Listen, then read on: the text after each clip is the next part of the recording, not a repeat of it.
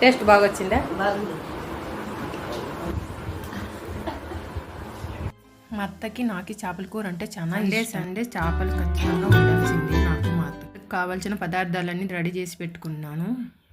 మసాలాల గురించి మీకైతే వివరంగా చెప్పలేదు. నేను మీకు అర్థమైంటుందని అనుకుంటున్నాను. ఇప్పుడు కడాయి పెట్టేసి అందులో నూనె వేసేసుకొని తరిగి పెట్టుకుని ఎర్రగడ్డ ముక్కలు, కరివేపాకు, జీలకర్ర కొద్దిగా ఏగనిద్దాము. అందులో ముందే పసుపు వేసుకున్నాము, పరుపును.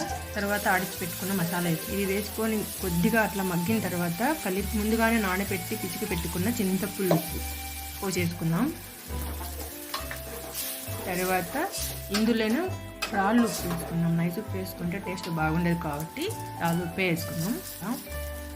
ఇప్పుడు కావాల్సినన్ని నీళ్ళు పోసేసుకొని మగ్గనిద్దాము.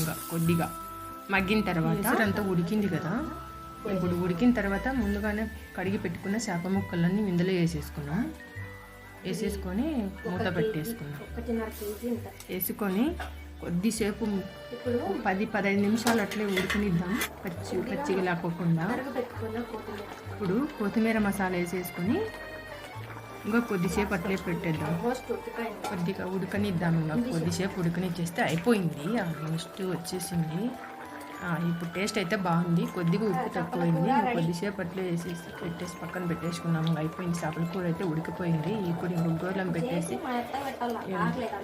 డీప్ ఫ్రైకి చేపల కబాబు దానికి ముందుగానే కలిపి పెట్టుకున్నాను. ఇప్పుడు ఇదంతా రెడీ చేసి మా అత్తకి రోజు ఆదివారము ఇంట్లోనే ఉంది. మా అత్తకి చేపలు అంటే చాలా ఇష్టం. ఇప్పుడు చేపలు, జొన్న రొట్టి, చేప కబాబు పెట్టేద్దాం. ఇష్టమో కామెంట్ పెట్టండి. Thank you friends. అత్త చేపల కూర ఎట్లుంది అత్త? బాగుంది. టేస్ట్ బాగా వచ్చిందా? బాగుంది.